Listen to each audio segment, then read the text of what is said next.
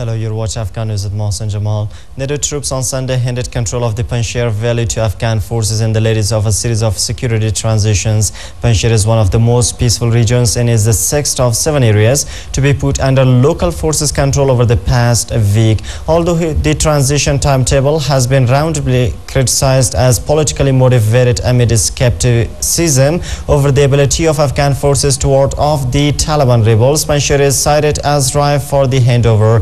Defense Minister Abdul Rahim Wardak, speaking at the official transition ceremony, said that transition in Panjshir is very symbolic because in the last 10 years, the security of the province has been taken by its own people.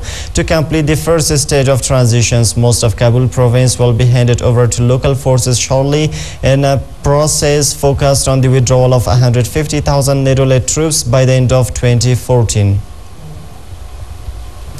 Afghan children are still being denied entry into Iranian schools, says Afghan ministry representative in Iran, despite the recent directive from the Iranian president's office that removed all enrollment restrictions for foreign school-age children without status. Reports say that while the directive was issued 7 months ago, 140,000 Afghan children who live in Iran without official status are still being denied enrollment.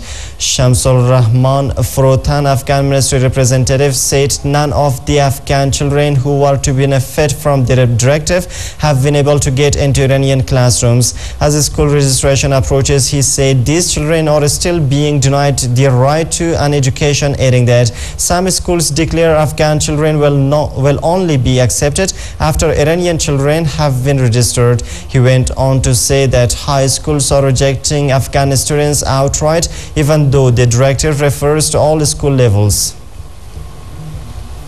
The United States has wasted some $34 billion on service contracts with the private sector in the wars in Iraq and Afghanistan, according to a study being finalized for Congress. The analysis by the Commission on Wartime Contracting says that more than $200 billion has been doled out in the contracts and grants over nearly a decade in Afghanistan and Iraq. The source, who declined to be named, said more than 200,000 contractors have been on the U.S. payroll at times in Iraq and Afghanistan. The report blames a lack of oversight by federal agencies for misuse of funds and warns of further waste when the programs are transferred to Iraqi or Afghan control as the United States withdraws its troops. At least 35 people were killed and 210 others injured in a train crash and derailing accident late Saturday in East China's Zhejiang province. The latest result of investigation released early Sunday morning by the Zhejiang provincial government showed that the accident occurred at 8:27 p.m. local time Saturday at the section of Shuangyu town in Wenzhou city when high-speed train D301 crashed into another bullet train D3150 and 4 coaches of the D301 fell off the viaduct. The accident occurred after high-speed train D3115 was allegedly hit by lightning and lost drive and then near-ended by another bullet train D301. The former train was running from the provincial capital Hangzhou to the southeastern city of Wuzhou, and the latter one traveled from Beijing to Wuzhou. Meanwhile, Chinese President Hu Jintao and Premier Wen Jiabao called for all-out efforts to rescue passengers in order to make rescue work a priority. A right-wing extremist who admitted to bomb and gun attacks in Norway that killed 92 people on Friday claims he acted alone, Norway's police said on Sunday. Acting Police Chief Sevjenung Sponheim told a news conference about detained suspect Anders Behring Breivik that he has admitted being responsible for the bomb attack and the killing of those people out on the island. He also said Breivik had not pleaded guilty to murder, adding that some of the witness statements from the island mentioned there may be more than one shooter. Sponheim said police had no other suspects for the worst massacre committed in Norway since World War II, in which 97 people were also wounded. Several people also remain missing, which could rise the death toll. Libyan state television said NATO airstrikes struck the Libyan capital in the early hours of Sunday but gave no further details. Libyan leader Muammar Gaddafi is clinging to power despite ongoing NATO-led air campaign and a lengthening conflict with rebels who now control roughly half the country.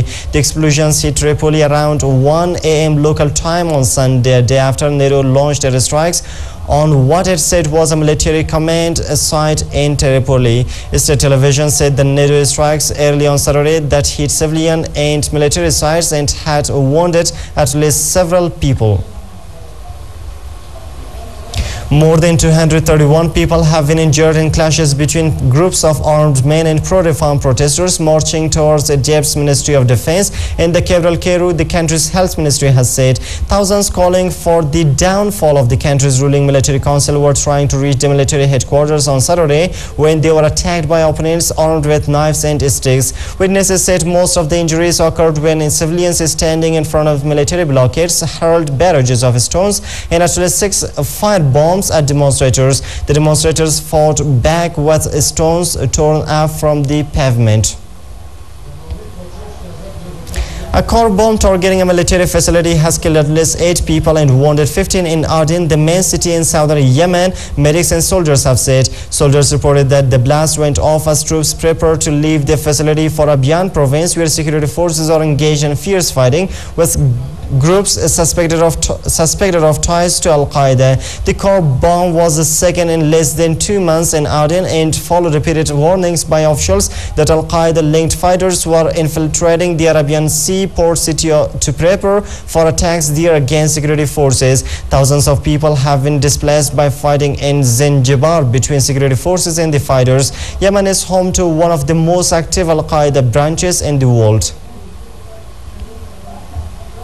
Belgium has joined France as the second European Union nation to ban women from wearing the full Islamic veil in public. A burqa and niqab ban came into force in Belgium on Saturday, and offenders will face a fine of $197 and up to 7 days behind bars. The Belgian law, which prohibits people from wearing anything that hides their face in public places, was approved unanimously by the Parliament in April. This comes as the Council of Europe's Human Rights Commissioner Thomas Hammerberg criticized burqa and niqab bans this week, saying such measures threaten to exclude women rather than liberating them. And that President Hugo Chavez has returned to Venezuela a week after leaving for chemotherapy in Cuba. Cuban doctors said no malignant cells were found and that he was arriving home in better health than when he arrived on the island last weekend. Chavez said he was now preparing for the second of various phases of the treatment. He was previously in Cuba in June, where he had a tumor removed. In a brief speech in his arrival in Caracas on Sunday, which was broadcast live on state TV, Chavez said his doctors in Venezuela found no malignant cells before he left for Havana last Saturday, and that his Cuban doctors confirmed that during rigorous tests. The president had said on Friday that he was preparing for a second round of chemotherapy. And that's all for now. Thanks for staying with us.